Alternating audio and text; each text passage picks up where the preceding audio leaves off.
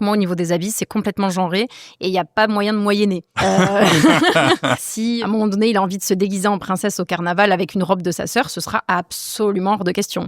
Absolument. C'est un garçon, pas une fille, en fait. A contrario, si elle me dit j'ai envie d'être déguisée en chevalier, ça va, moi, me poser de problème. Se rapprocher du masculin, tu l'acceptes, mais qu'un garçon se rapproche du féminin, c'est pas possible. Et en fait, ça, c'est une vraie forme de sexisme intériorisé, tu vois. Il y a un vrai dénigrement de la femme, quand même, derrière ça. Je sais pas si c'est un dénigrement de la femme, c'est plutôt d'une masculinité affirmée. Après, si elle veut se mettre en chevalier, ma fille s'appelle Jeanne, chez nous, on a un culte à Jeanne d'Arc, et donc elle joue vachement à ça, et qui du coup était en armure, habillée en mec, en fait. Et c'est rigolo parce qu'elle était pas spécialement habillée en mec, Jeanne d'Arc. À cette époque-là, tout le monde portait une tunique, principalement. Sous les côtes de mailles, c'était une tunique, hein. Il n'y avait pas de pantalon, c'était une tunique, en fait. Donc c'est un vêtement ample, et tu vois, il n'y a pas de problème de masculinité, je pense. En tout cas, quand on entend un discours sur les chevaliers et tout ça, on ne questionne pas leur masculinité parce qu'ils portaient des vêtements amples sous leur armure. Ouais, mais de fait, tu reconnais toi-même que si un mec aujourd'hui porte un vêtement ample, de fait... Ça dépend de la culture. Bah oui, mais donc ici, chez nous, à l'instant T, évidemment que c'est pas la norme. Et ça dépend qui aussi, parce qu'un vêtement ample porté par un juge, ça pose pas de problème.